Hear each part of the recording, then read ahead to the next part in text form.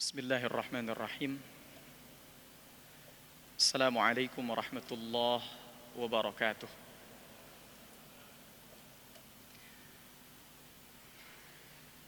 Alhamdulillahi wa kafa. Wassalatu wassalamu ala rasulil mustafa Nabiyyina Muhammad ibn Abdillahi dhawi sidqi wal wafa. Asyhadu an la ilaha illallah wahdahu la syarika lah wa asyhadu anna Muhammadan abduhu wa rasuluhu la nabiyya ba'dah.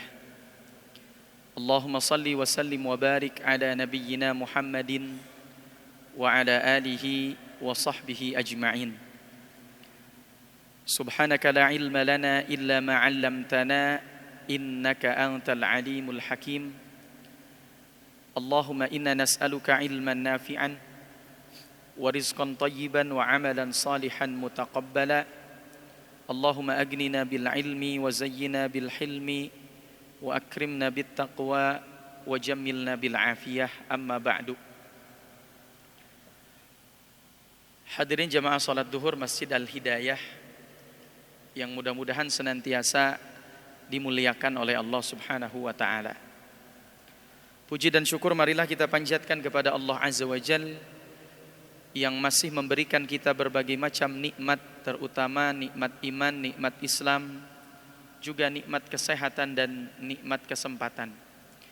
Salawat dan salam semoga terlimpah curah kepada baginda kita, suri tauladan terbaik sepanjang kehidupan, yakni Rasulullah Muhammad sallallahu alaihi wasallam, kepada keluarganya, para sahabatnya, dan semoga sampai kepada kita selaku umat pengamal sunnahnya. Amin ya rabbal alamin. Hadirin jamaah sekalian yang Allah muliakan, alhamdulillah di kesempatan siang hari ini kita masih bisa melaksanakan sholat zuhur berjamaah. Kemudian setelah itu kita sama-sama belajar, kita sama-sama ngaji. Dan dalam satu riwayat Nabi SAW pernah menyampaikan ada dua nikmat yang sering dilalaikan, yang sering dilupakan oleh kebanyakan manusia. Kata Nabi, ni'matani mabghunun fihima katsirun minan nas. Ada dua nikmat yang sering dilalaikan, yang sering dilupakan oleh kebanyakan manusia. Apa dua nikmat itu? Yang pertama as-sihhatu, yaitu nikmat kesehatan, dan yang kedua wal faragh, yaitu nikmat kesempatan atau waktu luang. Dan inilah yang kata Nabi SAW, dua nikmat yang banyak dilalaikan, yang banyak dilupakan, yang banyak diabaikan oleh manusia. Maka salah satu nikmat yang Allah berikan berupa waktu luang, kita gunakan selain untuk melakukan ibadah-ibadah yang lain, kita gunakan juga salah satu ibadah yang penting terutama di bulan Ramadan adalah menambah ilmu. Karena umat Islam adalah umat yang dibangun di atas ilmu. Imam Syafi'i rahimahullah pernah mengatakan, man arada dunya fa'alaihi bil ilmi. Siapa yang menginginkan dunia harus pakai ilmu. Wa man arada al-akhirata fa'alaihi bil ilmi. Siapa yang menginginkan akhirat juga harus pakai ilmu. Wa man aradahuma fa'alaihi bil ilmi au kama qala. Dan yang menginginkan keduanya, dia ingin dunia sekaligus ingin akhirat, fa'alaihi bil ilmi. Maka juga dia perlu pakai ilmu. Hadirin jamaah sekalian yang dimuliakan Allah Subhanahu wa taala, saya diminta panitia untuk menyampaikan kajian zuhur. Saya tadi tanya, ini kajian zuhurnya kultum atau kajian biasa? Tadi dijawab katanya sampai kadang jam 1 lebih atau sampai setengah 2. Oh panjang juga, saya bilang. Kirain awalnya kultum. Dan tema yang diminta adalah insyaallah berkaitan dengan temanya, sudahkah kita menikmati sholat kita? Salah satu ibadah yang hendaknya diperbanyak di bulan Ramadan adalah kita memperbanyak sholat. Sampai dalam satu hadis Nabi SAW menyampaikan, man qama ramadhana imanan wahtisaban ghufira lahu ma taqaddama min dzambihi. Kata Nabi dalam hadis yang sahih, man qama ramadhana, siapa yang berdiri untuk salat dan ibadah-ibadah yang lain di malam hari bulan Ramadan, imanan wahtisaban, karena keimanan dan mengharapkan keridhaan dari Allah, ghufira lahu ma taqaddama min dzambihi, maka diampuni dosanya yang telah lalu. Yang menarik, hadirin jamaah sekalian, Allah menggunakan kalimat ghufira. Kalimat ghufira ini, kalau mungkin sebagian kita pernah ada yang belajar bahasa Arab, ini menggunakan bentuk kalimat madhi majhul, kata kerja yang sudah lampau, ya, yang sudah lampau. Jadi kalau dalam bahasa Inggris kita mengenal present continuous tense, ya, sesuatu yang sudah present tense, past tense, sesuatu yang sudah lampau. Ya. Bahkan ghufira, telah diampuni. Maka kata sebagian ulama, kalau orang melaksanakan sholat, bukan hanya sholat wajib, terutama sholat di malam hari di bulan Ramadan, ghufira, itu dosanya sama Allah subhanahu wa ta'ala langsung otomatis diampuni. Ma taqaddama min dzambi, apa yang telah lalu. Nah ini hadirin jamaah sekalian dimuliakan Allah. Nah maka ada satu pertanyaan penting buat kita berkaitan dengan sholat. Ustadz, kenapa sholat? Karena sholat itu amalan yang pertama kali akan dihisab kepada kita setiap hamba. Dalam satu riwayat disebutkan, awwalu ma yuhasabu alaihi al-'abdu yaumal qiyamati as-salah. Hal pertama yang akan dihisab kepada seorang hamba di hari kiamat, as-salah, adalah salatnya. Dalam satu riwayat, fa in saduhat saduha sairu amalih. Kalau salatnya baik, maka akan baik seluruh amalnya. Wa idza fasadat, tapi kalau salatnya rusak, fasada sairu amalih au kama qala, maka salatnya akan rusak. Jadi ternyata salat ini menjadi sesuatu yang sangat penting.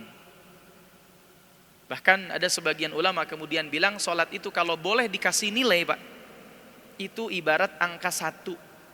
Tapi kalau ibadah-ibadah lain selain salat, itu ibarat angka 0. Jadi ada orang sedekah, orang bantu fakir miskin, orang bangun masjid, tapi mohon maaf gak pernah sholat, maka seakan-akan dia sedang mengumpulkan angka 0.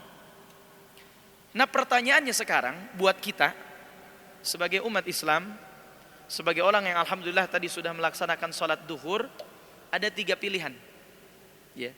Buat kita, Pak, sholat itu apakah beban? Yang kedua, ataukah kewajiban? Yang ketiga, ataukah kenikmatan? Kira-kira kalau boleh dijawab, kira-kira buat kita sholat itu beban, kewajiban, atau kenikmatan, Pak? Hah? Banyak orang yang jawab, Ustadz, sholat itu kewajiban. Betul, tidak salah. Ustadz, sholat itu beban. Itu juga tidak salah. Karena ada istilah taklif. Taklif itu artinya hukum pembebanan. Mukallaf artinya orang yang diberikan beban. Ada sebagian orang di luar sana, mudah-mudahan kita tidak sampai ya, kita sudah naik kelas mudah-mudahan, yang baru menjadikan sholat itu baru sebatas beban. Terdengarlah azan asar, Allahu Akbar, Allahu Akbar. Kemudian dia bilang, ya Allah, baru aja saya sholat zuhur udah asar lagi.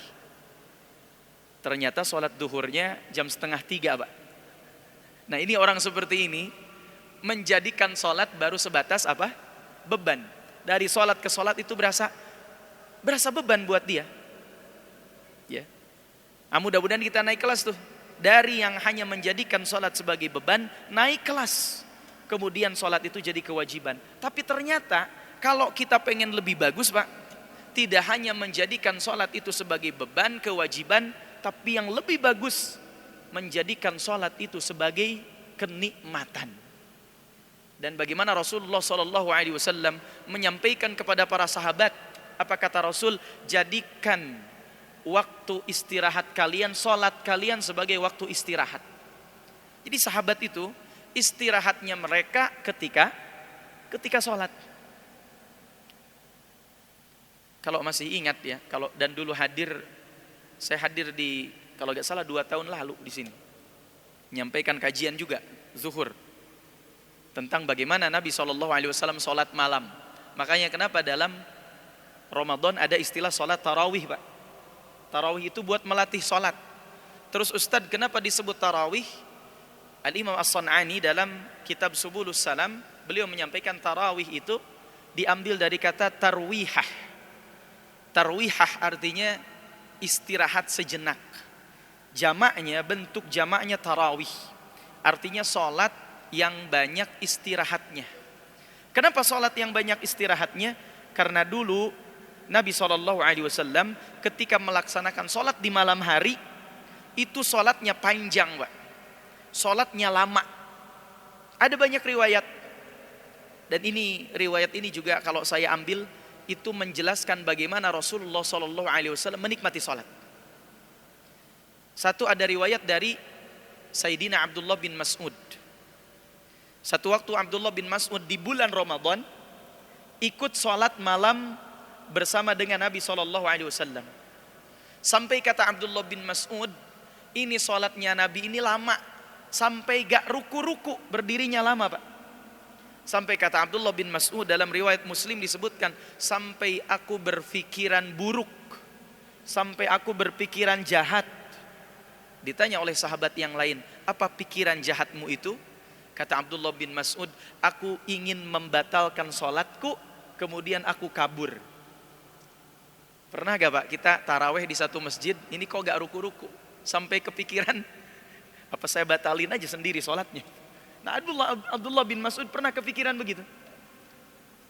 Maka ada riwayat lain bagaimana Rasulullah SAW itu menikmati sholat, ya, sampai dalam satu hadis kata Ummul Mukminin Sayyidatuna Aisyah radhiyallahu anha, kata beliau, fala tas'al an husnihinna wa tulihinna. Kalau Nabi sholat malam, fala tas'al, engkau jangan bertanya an husnihinna, bagaimana bagusnya sholat Nabi, wa tulihinna, dan bagaimana panjangnya sholat Nabi.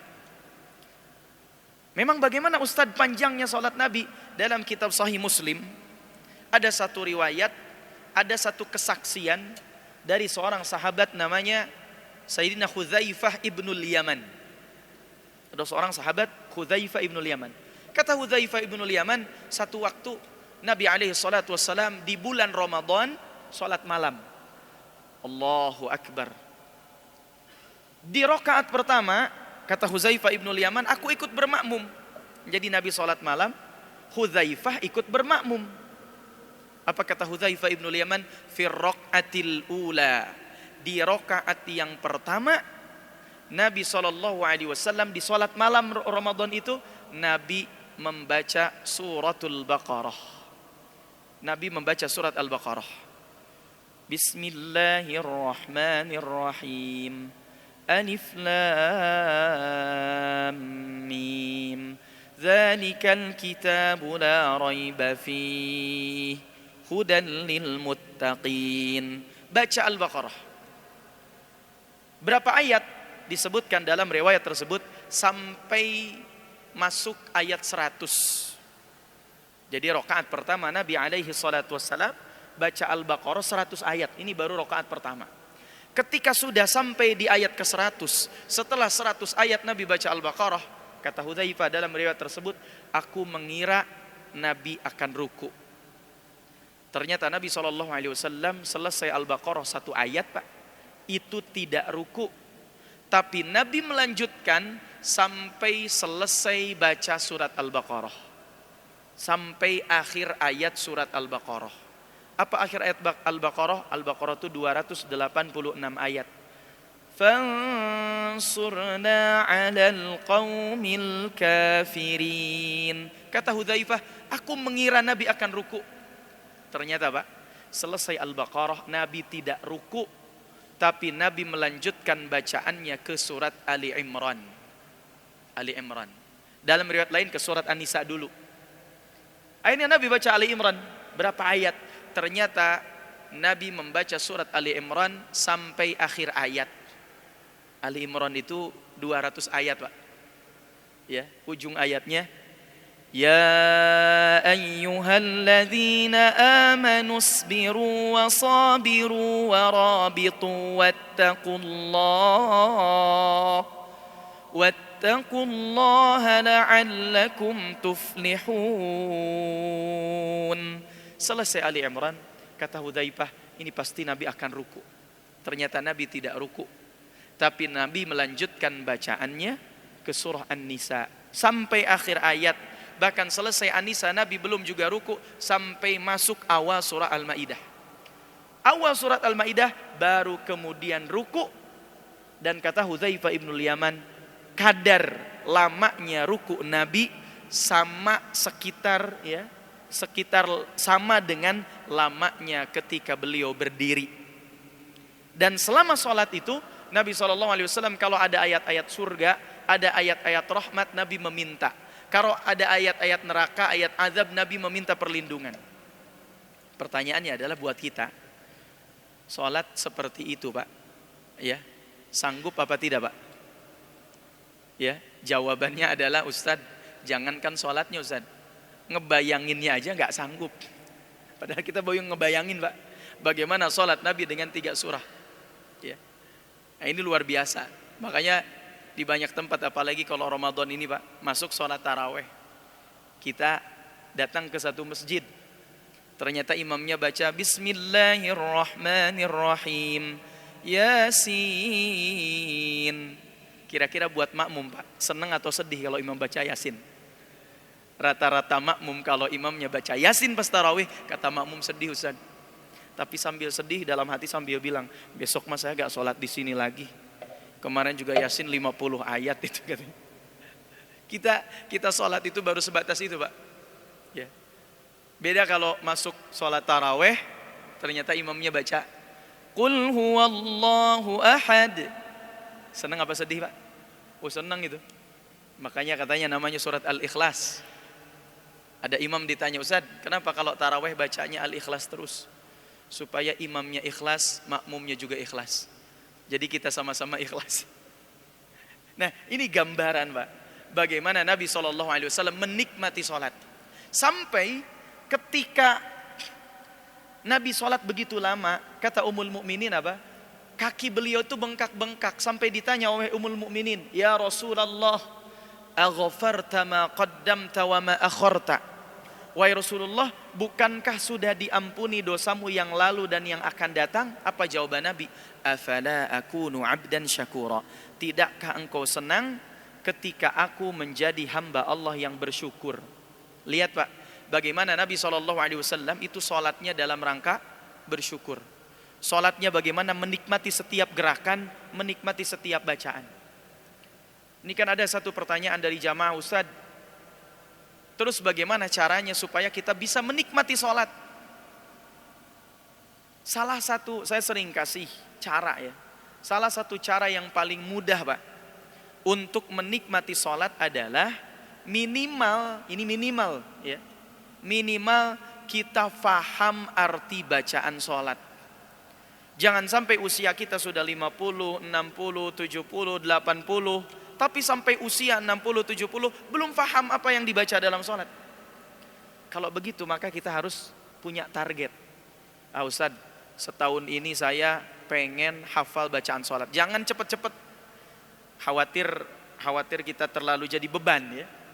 Ya setahun aja target. Misalkan sekarang Ramadan tahun depan saya seluruh hafalan, seluruh bacaan sholat saya paham. Kalau kita ngerti Pak apa yang dibaca, itu dampaknya akan jauh luar biasa buat sholat kita. Kenapa kaum muslimin itu banyak yang belum menikmati sholat? Karena banyak orang yang ketika dia baca ayat, baca doa dalam sholat, tapi dia gak paham.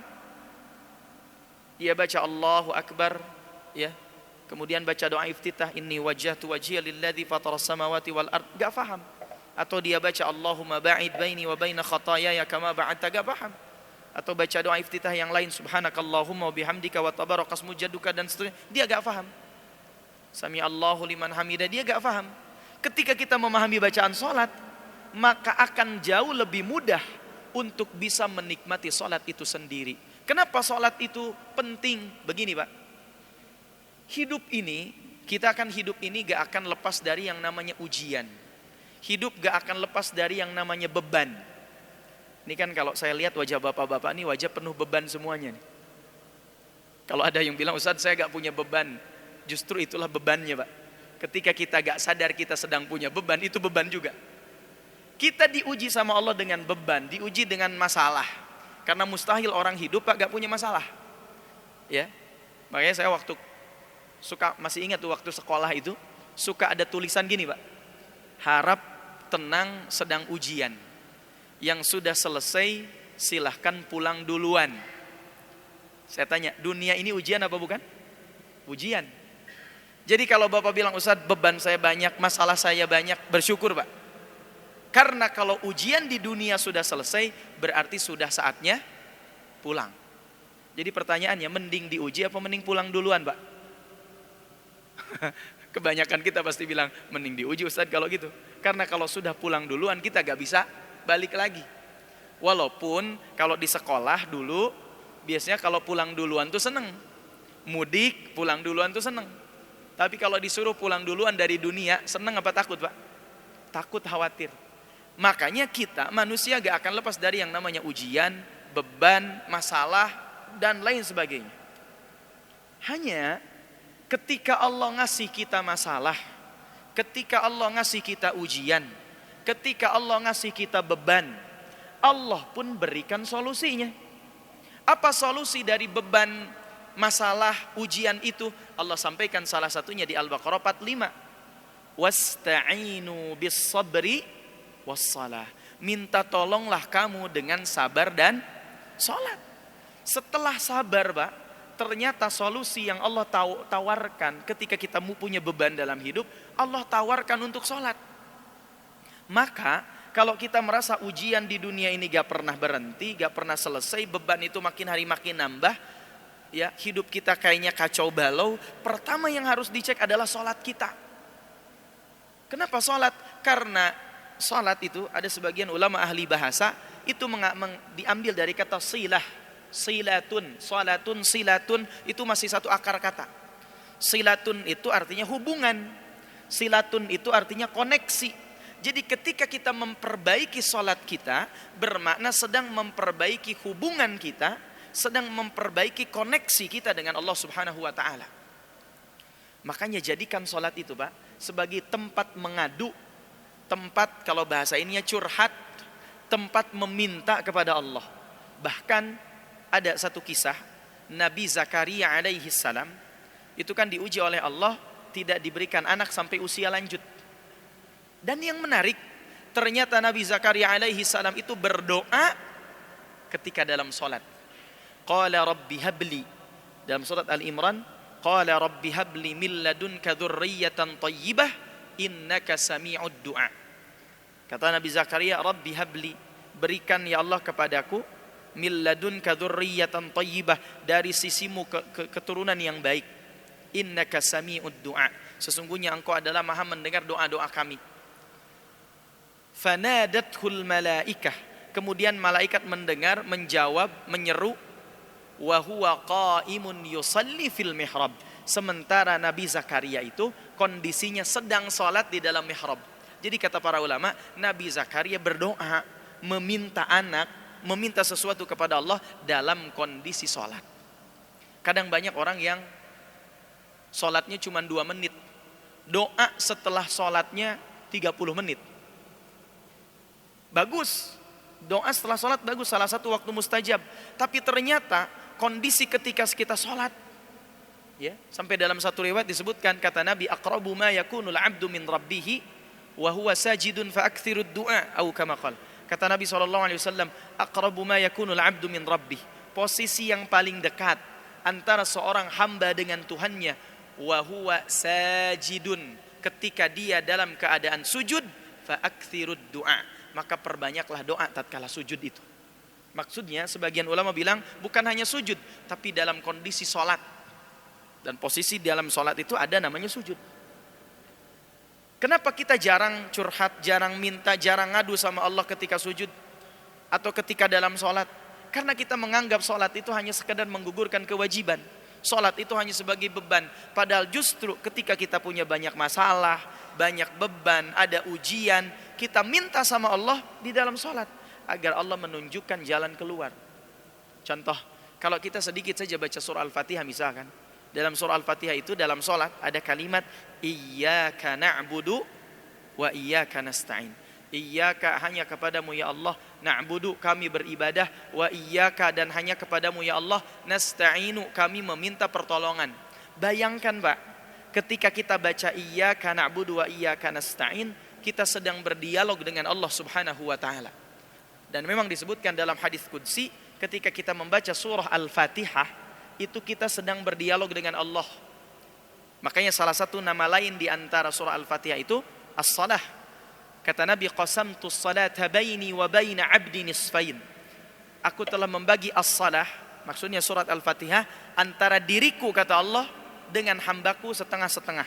Kalau hambaku berdoa atau membaca doa alhamdulillahi rabbil alamin, maka Allah menjawab hamadani abdi.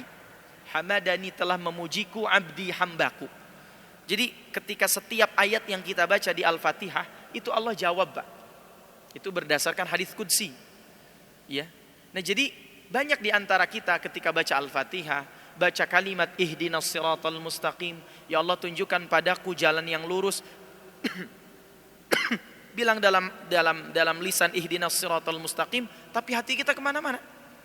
Nah, ini kadang-kadang ya, kenapa kita belum menikmati salat? Karena banyak dari kita kaum muslimin belum faham isi bacaan salat. Maka kalau begitu bagaimana caranya Ustaz?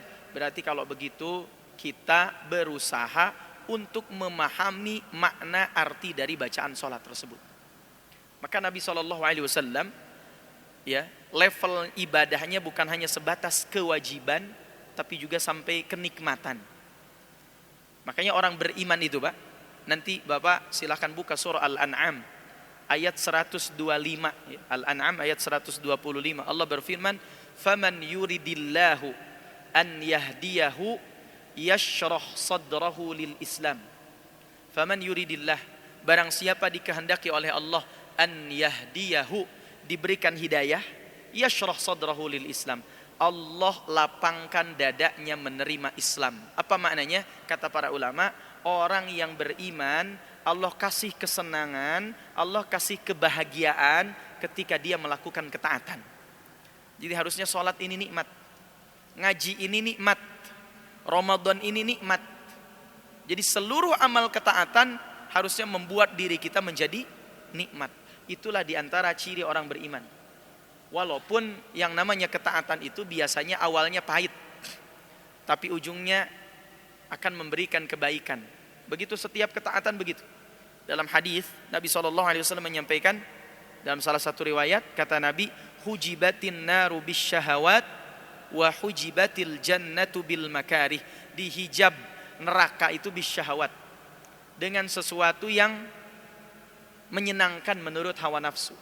Wa hujibatil jannatu bil makarih, dan dihijab surga itu bil makarih, dengan sesuatu yang kadang kalau kita melakukannya kita malas. Kita ada rasa malas untuk melakukannya.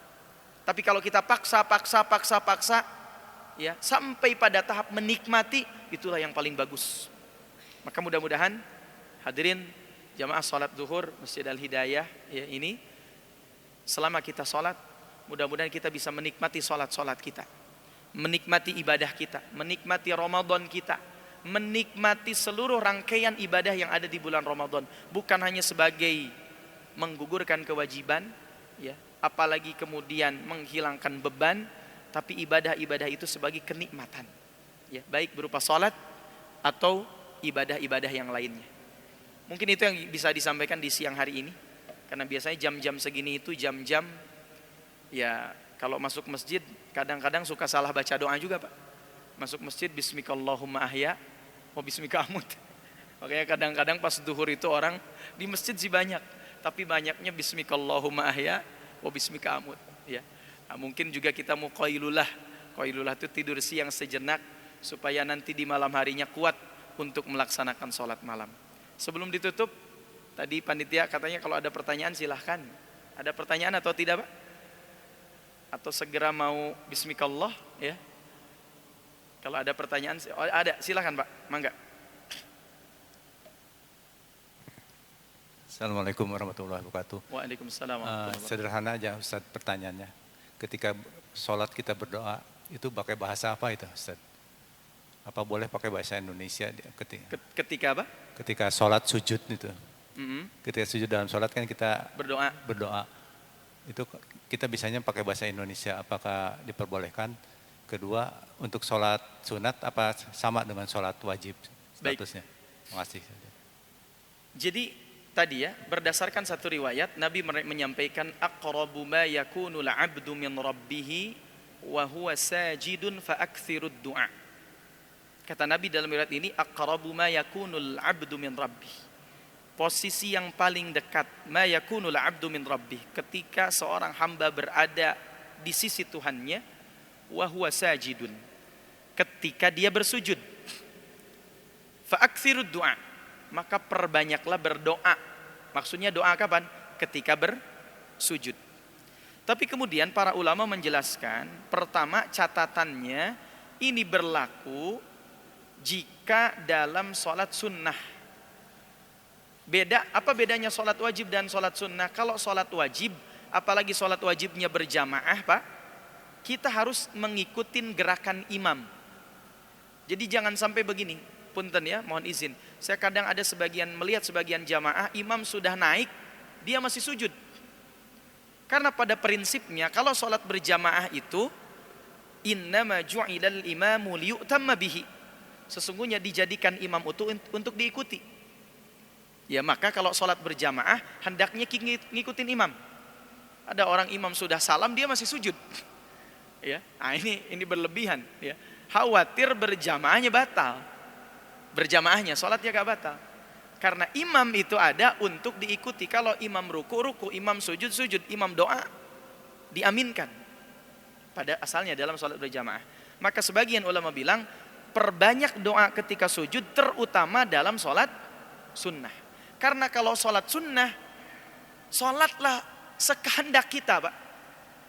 Kalau sholat wajib kan, apalagi berjamaah, kita jadi imam, kata Nabi, idza amma ahadukum falyakhaffif. Kalau salah seorang di antara kalian jadi imam, maka ringankan bacaannya. Kalau sholat wajib. Tapi kalau sholat sunnah, silahkan sepanjang-panjangnya, sujud selama-lamanya. Ya, ruku juga begitu. Nah, bagaimana kalau doanya menggunakan bahasa Indonesia? Kalau seandainya ada keinginan tertentu dalam bahasa Indonesia, Allahu a'lam, sependek yang saya tahu, hendaknya cukup diucapkan dalam hati.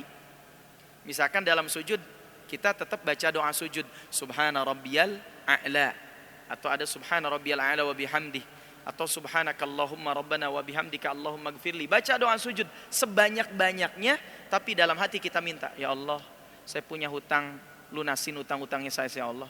Ya Allah, saya pengen berangkat haji lagi tahun ini, berikan kesempatan. Nah itu. Tapi doanya, lisannya tetap ngucapin doa apa? Doa sujud. Tapi hati kita minta sesuatu sama Allah dalam bahasa kita. Dalam bahasa Indonesia, bahasa Sunda, bahasa Jawa, silahkan. Ya, hendaknya tidak diucapkan. Karena khawatir kalau diucapkan dalam bahasa selain Arab, apalagi sesuatu yang tidak dimengerti, karena kan menjadi salah satu penyebab sholat kita batal. Ya, maka kalau ada bahasa Indonesia dan seterusnya hendaknya diucapkan dalam bahasa dalam hati. Ya, kecuali ada doa-doa tertentu yang misalkan dari Al-Qur'an, dari hadis Nabi, atau doa tulisan para ulama, ya silahkan, dan itu dalam bahasa Arab. Nah, itu kalau seandainya doanya dalam bahasa Indonesia. Sependek yang saya tahu, Allahu a'lam, ya. Nah, kemudian tadi ada dua ya. Yang kedua apa tadi Pak? Keywordnya apa? Atau cukup? Nah, itu cukup ya. Jadi kalau ada doa-doa dalam bahasa Indonesia, hendaknya cukup di dalam, kalau saya ya sependek yang saya tahu, cukup di dalam hati. Tetap baca doanya doa sujud, tapi doa di dalam hatinya, misalkan silahkan minta apapun kepada Allah. Begitu kurang lebih, wallahu a'lam bishawab. Ada lagi mungkin? Oh, silahkan Pak.